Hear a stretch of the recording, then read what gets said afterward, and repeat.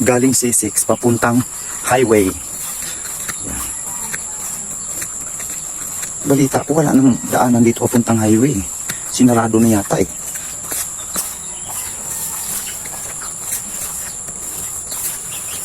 Parang sarado na yata. Saan ang lusutan dito?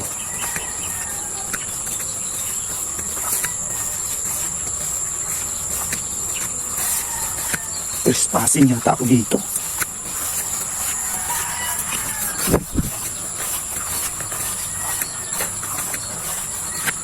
Sana hindi naman.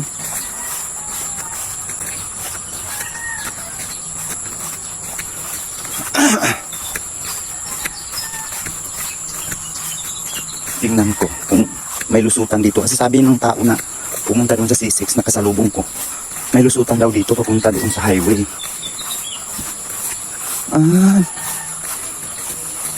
Yan akong trabaho dati mga prenis. Bilang tagalinis ng site. Ayan. Subdivision yan dyan mga prenis.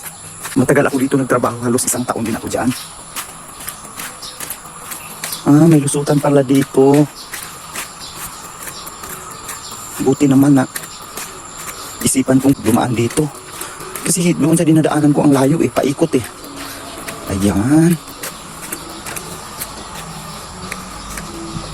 Ayan, may daanan pala dito mga prenis.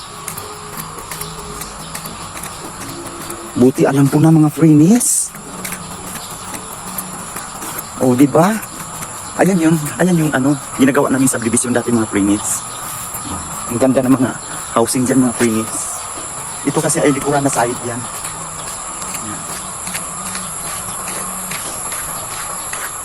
Hanggang yan doon sa highway.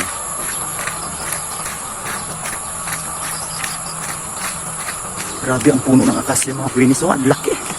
Ang lalaki. Yan. Kaya tinatawag yan na Acacia Subdivision mga prenis dahil may mga puno dito ng akasya. Ayan nga oh. Ayun pa oh. Kaya Acacia Subdivision. Yan. Buti naman may lusutan pala dito ah. Galing C6.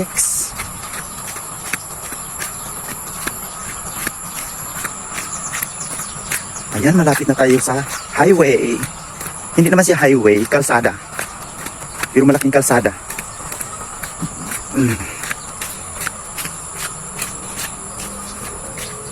Yan.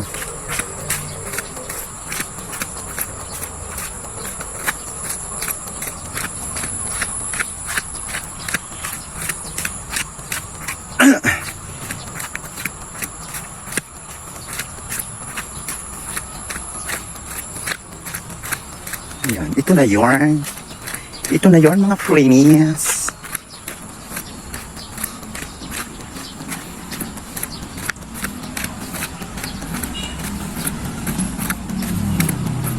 Ayun.